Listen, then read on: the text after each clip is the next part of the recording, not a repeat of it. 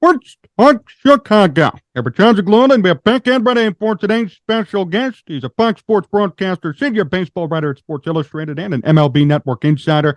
Please welcome Tom Verducci to the program. Tom, it's great to have you on. How are you? I am well. Thanks for having me. Thank you for being here. What have you made of this hectic baseball offseason, first off? Well, there's a lot of money flying around. This can happen a lot once we get the CBA in place, first full year with the CBA. And what's interesting to me is you have to have teams really hungry for championships driving the market. We're so used to teams like the Dodgers, right, being at the top of the market. But now I look at Philadelphia, Texas, Chicago, San Diego, and the New York Mets. It's amazing, especially when you start with the New York Mets, a payroll of around $349 million, and I'm not sure they're done yet either. But these are owners now running the team like a fan. If you're a fan, you have to love it. I'm not sure the other owners love it, but it's exciting to see teams really stepping up. Which move would you say has been most impactful for their respective team? Well, I'm going to start with Jacob deGrom because to me, he's the best pitcher on the planet. And I know people kind of rolled their eyes and said, man, 5 years for a guy who's been hurt a lot. But when Texas made that deal, in my mind, they went from a team that was just kind of okay to a team that I think now can challenge for a wild card spot. I think Jake deGrom, he finished last year healthy. He had that scap bruise that really is not an indicator of potential problems going forward. He's had a really healthy season at a 4-year run there where he was making every start. I just think Texas, to me, now has put themselves in at least wild card discussion. They have not made up the gap on the Houston Astros, but man, when you have a chance to get the best pitcher on the planet, and of course, 5 years, I'm not sure Jake is going to be a dominant pitcher at 39, but for the time being, I think that's the biggest impact. What about to San Diego? They've been doling out a lot of money, specifically, really, Xander Bogaerts with the big signing, too. That seems to be a big impact.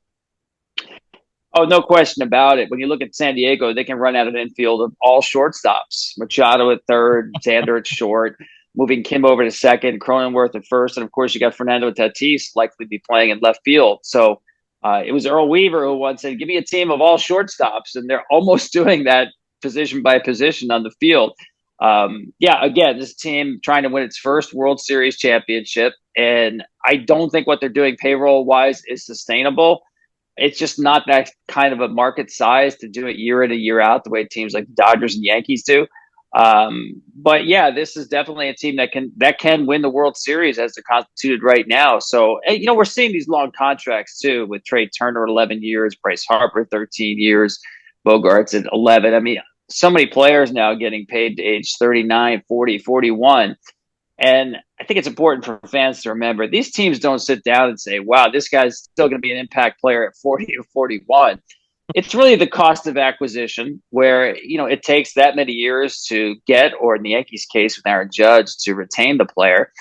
And also it's really an accounting trick, if you will, for average annual value as it relates to the luxury tax. So you amortize the cost of the player over more years, the luxury tax hit goes down a little bit. But yeah, I don't think these teams are all of a sudden thinking this is a good buy at 30 million plus a year at age 40. What's your take on the Cubs signings or lack thereof in free agency? Yeah, the Cubs are one of those teams that's kind of right in between there. Jamison Tyone, I thought was a nice addition there. I don't think he's an impact pitcher at all. Look at his career. He's had one full season. I'm talking about qualified season where he pitched enough innings and was better than average. But he has proven durable the last couple of years with the Yankees, coming off the second Tommy John surgery.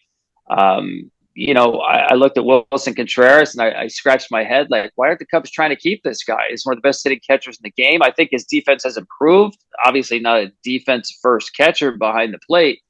But it makes you wonder, where the Cubs go forward with Yan Gomes probably right now the leading candidate to start. So listen, the Central Division is not really strong. The Cardinals still, to me, are the team to beat. And I think sometimes it gives teams kind of this leeway to say, we're pretty good here. We have a chance to win the division, which is true.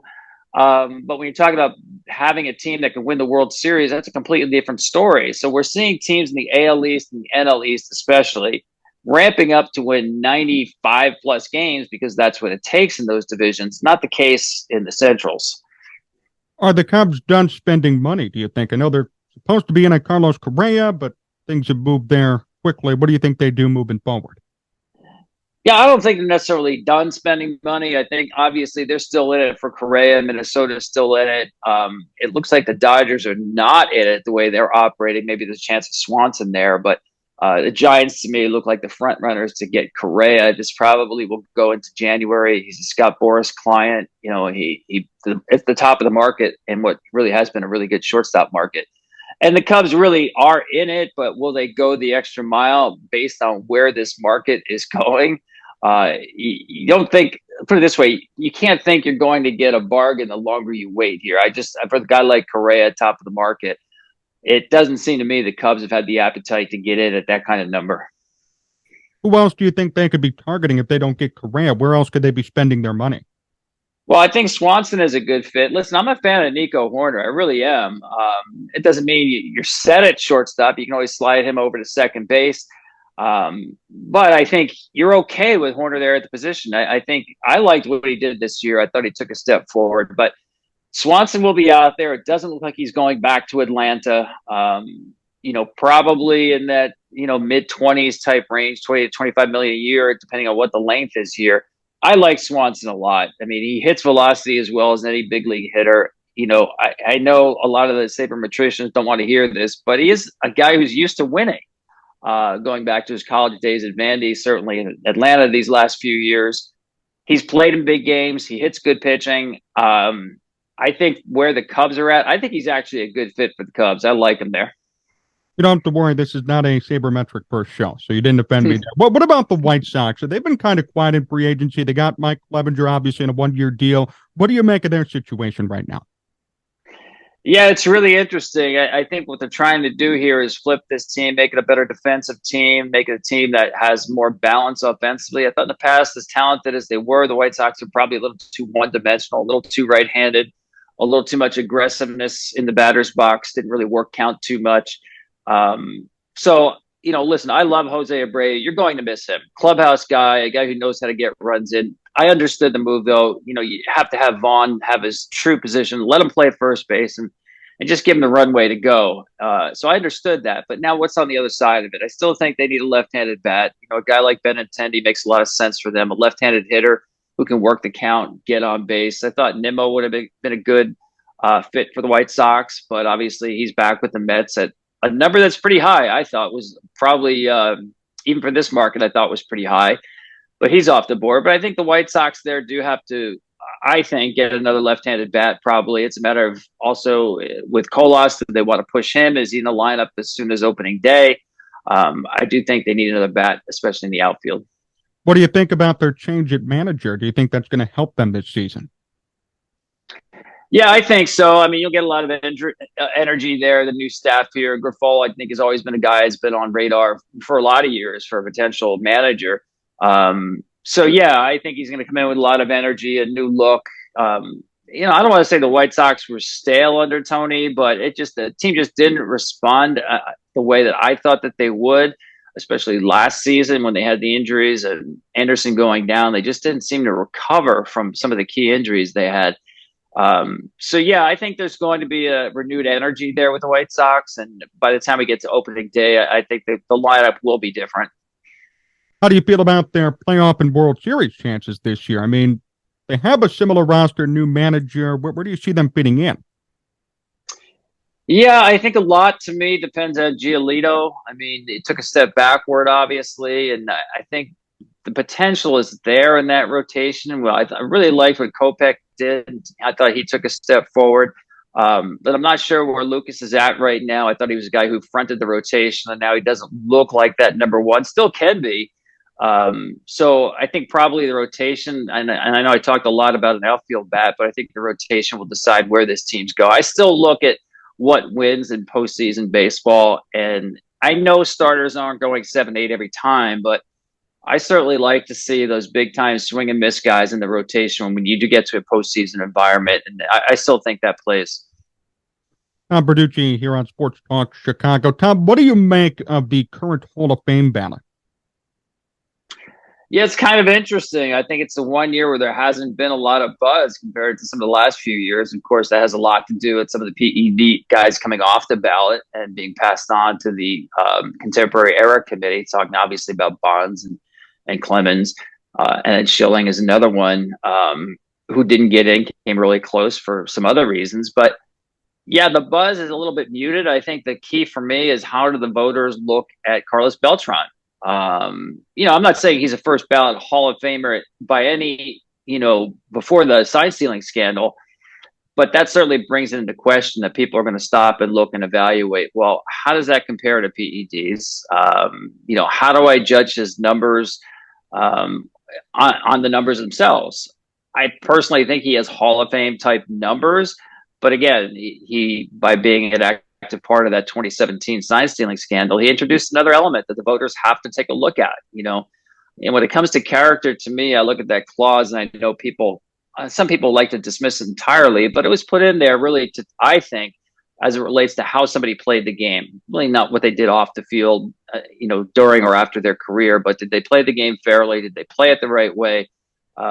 So I think it is a question voters should be looking at when they evaluate somebody's playing career. I mean, I always say the bedrock of sports is fair play. If you as a fan can't think the game is being played on an even playing field, it's hard to accept the outcome. And, that's what some of these things do, especially with PEDs. They create an uneven playing field. So I think that's the least that you can ask a competitor, is that they play fairly. And I think what Beltran did brings that question into voters' minds. So it'd be fascinating to see where he winds up. I think probably the one guy I would say has the best chance of joining Fred McGriff now being inducted next July is Scott Rowland. He's created a lot of momentum. He compares favorably with Ron Santo when you look at some of the numbers. And I think that he's got the best chance of anybody on the ballot of being voted in. So how do you compare repeated steroid use or alleged steroid use to a one-year blip for Carlos Beltran stealing signs? How do you compare that when you think about voting?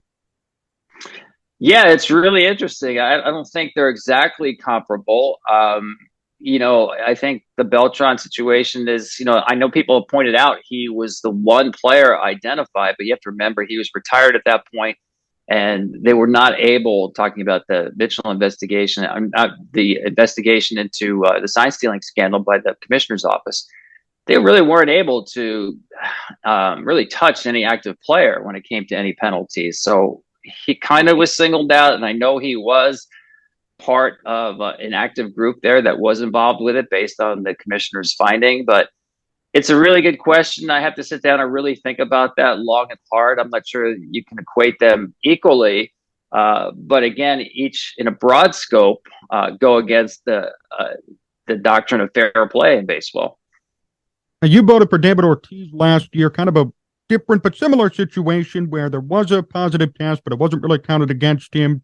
Is there any comparison there to Carlos Beltran? Like, do you plan on voting for Beltran based on the 1 year of the sign stealing compared to these repeated PED users who you didn't vote for, like Bonds and Clemens?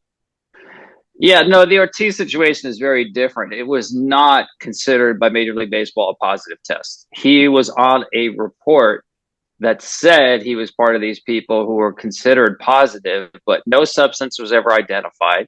The Players Association challenged the report. The commissioner came out, and is the only case where the commissioner singled somebody out and said, no, we do not consider that a positive test. So yeah, it's not up to me to overrule what baseball officially has ruled was not a positive test.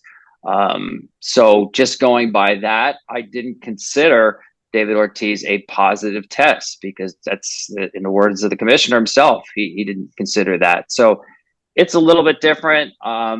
I always think it's good to have no true hard and fast rules with this. You look at these cases on a case by case basis.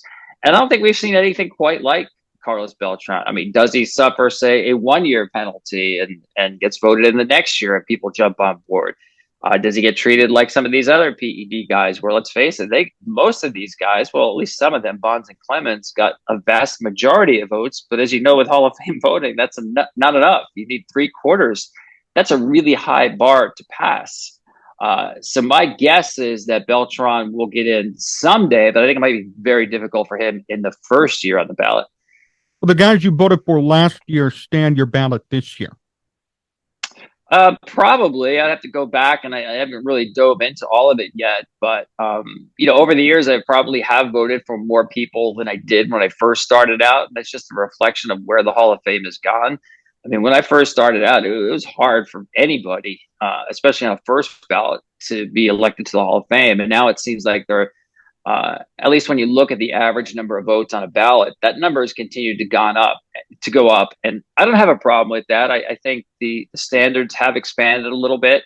It's good that the game celebrates more of these players. When you think about the game expanding over the years, why not have more players in as well? So, the more players we get in, I'm not saying you just lower the bar to ridiculous proportions, but I don't think it's necessarily a bad thing from when I first started voting, when I thought it was much tougher to get in. Who are you really hoping get in? Is there anyone specific who you're really supporting when it comes to candidacy? Well, for years it was Fred McGriff, so I was really happy that Fred got in. I never understood why he didn't get more support. I think his highest vote total was 39%, and it just boggled my mind. I'd never heard a convincing argument of why he wasn't a Hall of Famer. Now, listen, he's not a first ballot Hall of Famer. I get that. But I think he had so much on his resume. And I feel the same way now about Jeff Kent. And it doesn't look like the writers are going to vote him in. And I just don't get that one either. I mean, maybe it's a case of both guys played for several different teams. And I know a lot of people look at the WAR quotient and say maybe it doesn't measure up to a lot of people. But listen, Jeff Kent has more home runs than anybody at the second base position all time. He has more 100 RBI seasons than any second baseman in history. And he played the majority of his career at second base. And I know in the major leagues, they just don't give away positions. Like, you're not playing the middle infield just because you can hit. If you can't play that position, if you're that bad defensively, there's no team that's going to keep running you out there the way they did for Jeff Kent into his late 30s.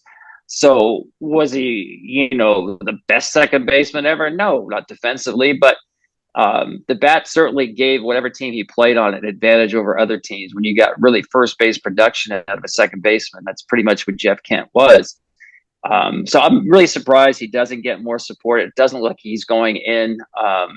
So I'm surprised that really hasn't gained any momentum either. How big do you expect your ballot to be this year? Is it going to be smaller, kind of like last year, or are you looking at many guys who you could plan on voting for? It's probably going to be smaller, I think, compared to a lot of people. I mean, I know there's some people out there who they fill in 10 names. I don't quite understand that. But that's what I love about the voting. People are going to bring their own opinions to it. And that's what it is. This is not an SAT test where there's a right answer and a wrong answer. I have no problem with people if they want to vote for none or 10. I tend to be somewhere maybe slightly below average. And this year, I'm not sure where it'll fall, probably somewhere maybe half of the 10, somewhere around there, 4 to 6 range. So I don't look to fill my ballot all 10 spots. I'm not just going to throw names out there because 10 are available. I really want to believe in my heart when I check somebody's name that I do, I can see them up at the podium making their Hall of Fame speech. Tom Verducci still here on Sports Talk Chicago. Tom, a few more questions before we finish out. First off, the Book of Joe. How did it happen? Yeah, this is really interesting. I was always curious about how the job of managing has changed in the big leagues because people will watch a game and it's our instinct to second guess the manager. It's part of what we love about baseball.